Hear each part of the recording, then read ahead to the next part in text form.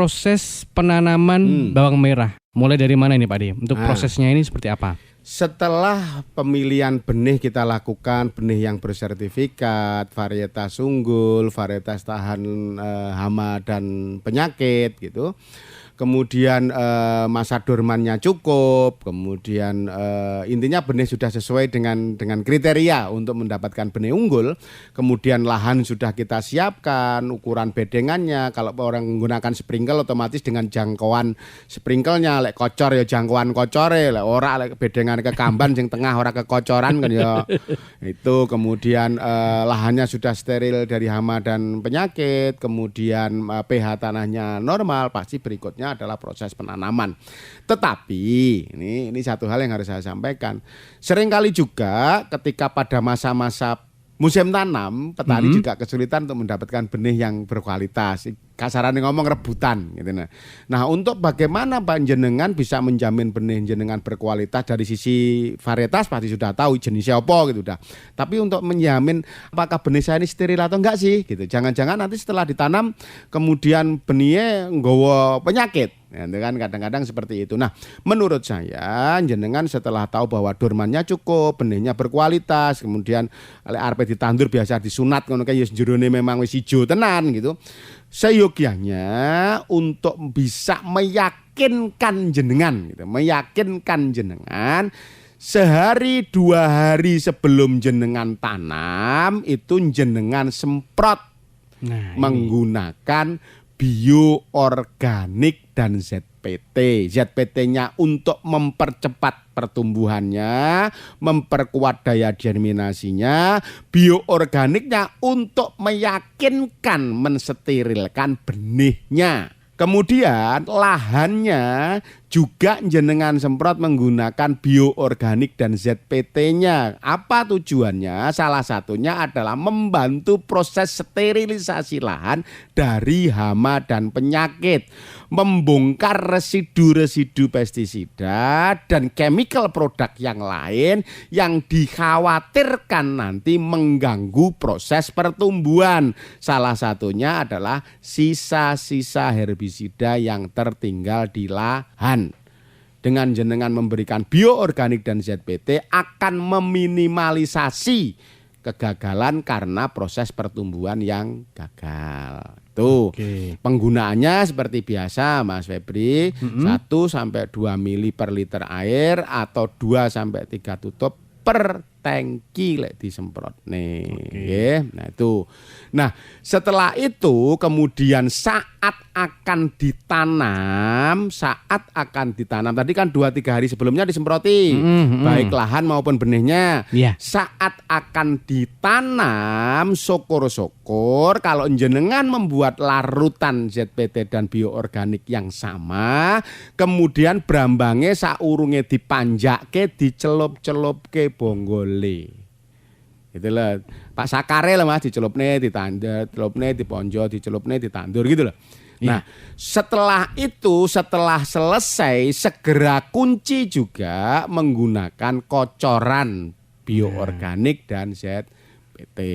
Seketika itu juga Pak De ya? Ya rampung lah setelah selesai lah. Syukur-syukur lah ngarep mburi anak sing nandur, anak sing ngocori gitu akan lebih bagus. Nah, jarak tanamnya seperti tadi kita sampaikan, monggo jenengan biasanya pakai apa tergantung juga pakai ukuran berapa atau tergantung varietasnya juga, mau pakai 10-20, 15-20 atau 20-20 sesuai dengan varietas yang jenengan pakai, jenis brambangnya dan potensi hasil panennya berdasarkan populasi hitungannya, hitungan jumlah tanamannya. Nah, sebetulnya untuk proses budidaya berikutnya monggo jenengan biasane menggunakan produk pupuk susulan atau pupuk dasarnya menggunakan apa silahkan. Tetapi karena jenengan sudah menggunakan produk dari Bolotani yang kandungan mineralnya, unsur makronya, unsur mikronya sudah siap diserap oleh tanaman, seandainya kemudian jenengan ingin mengurangi penggunaan pupuk kimianya, itu akan lebih baik. Kurangi berapa ya cik, pertama cik nganggi bolo tani ya dikurangi aja 25% dari biasanya. Ngolek wis beberapa kali atau tahun kedua tahun ketiga silahkan dikurangi lagi penggunaan pupuk kimianya menjadi pupuk anorganiknya ya menjadi 50% dari biasanya nggak apa-apa. Tapi saran saya juga bagi jenengan yang sudah terbiasa menggunakan kohe atau kotoran hewan, jangan lupa untuk difermentasi dulu. Jangan lupa untuk dibokasi dulu supaya apa? Tidak mengundang bakteri maupun jamur pembusuk yang nanti akan mengganggu proses pertumbuhan tanaman brambang jenengan. Untuk jadwal pupuk susulannya monggo silahkan jenengan kebiasaannya seperti apa. Tetapi saya ingin menyampaikan bagaimana pupuk yang bisa jenengan berikan itu nanti akan lebih baik, akan lebih banyak terserap oleh tanaman sehingga tanaman jenengan pertumbuhannya lebih maksimal.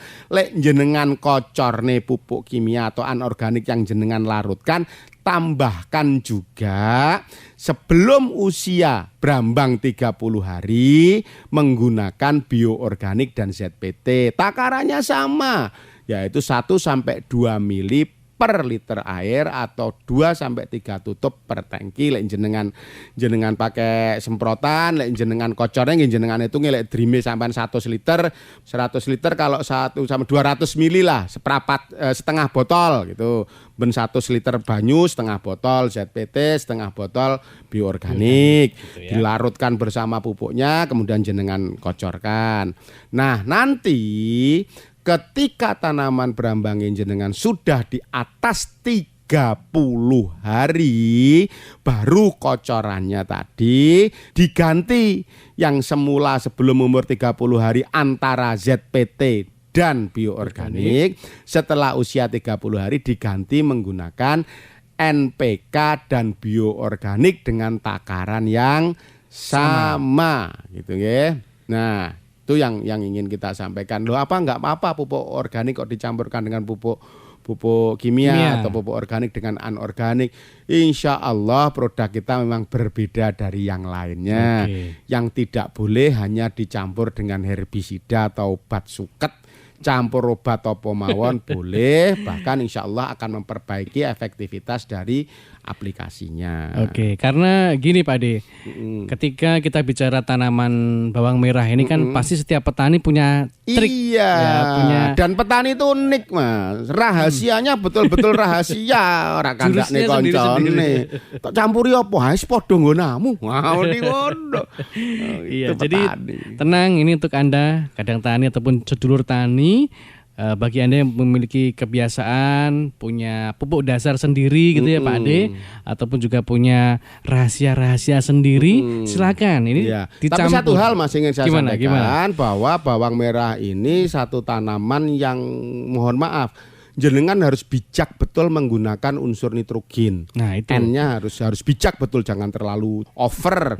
Apalagi sampai tanaman sufulen gitu bahaya, nanti akan sangat mudah terkena hama penyakit utamanya jamur dan bakteri. Utama memang pada tanaman bawang merah ini unsur makro yang dibutuhkan adalah fosfat dan kalium, sehingga teman-teman sering menggunakan SP akhirnya sama KCl, itu memang unsur yang dibutuhkan. Tapi saran saya, selain jenengan memberikan dalam bentuk padat yang jenengan larutkan atau padat anorganik itu, jenengan tambahkan bolo taninya, baik bioorganik dan ZPT di awal atau sebelum usia 30 hari, kemudian NPK dan bioorganik setelah tanaman berusia di atas 30 hari. Aplikasinya bagaimana? Aplikasinya setidak-tidaknya disemprot seminggu sekali. Lek iso seminggu ping pindho luweh apik. Oke, walaupun kita tahu Pak Ade ini untuk umur bawang merah ini cuma 60 hari. Cuma 60 hari. Berarti 60 hari. Untuk penyemprotannya tetap sama seminggu sekali seminggu gitu? Seminggu sekali. Tapi like, kemudian pengen hasilnya luwih apik seminggu ping pindho ya ora apa-apa, seminggu ping telu ya lah. 3 hari sekali gitu ada. Enggak masalah juga. Podo-podo yang sawah cengkal 100 disemprot 3 tangki 4 tangki daripada ning sawah gur nglinting nglangut gitu kan. Sak nggawa tangki nyemprot sisan ya ndak apa-apa, akan lebih baik hasilnya. Siap.